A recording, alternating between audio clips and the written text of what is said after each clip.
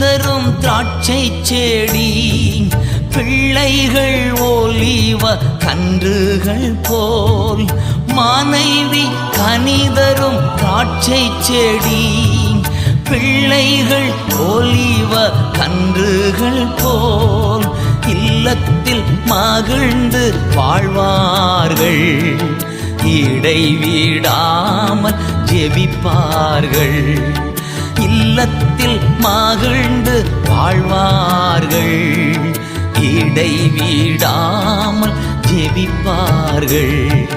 கர்த்தரை நம்பினோர் பேரு பெற்றோர், சீயோன் மலை போல் உறுதியுடன் அசையாமல் இருப்பார்கள், அசையாமல் இருப்பார்கள்.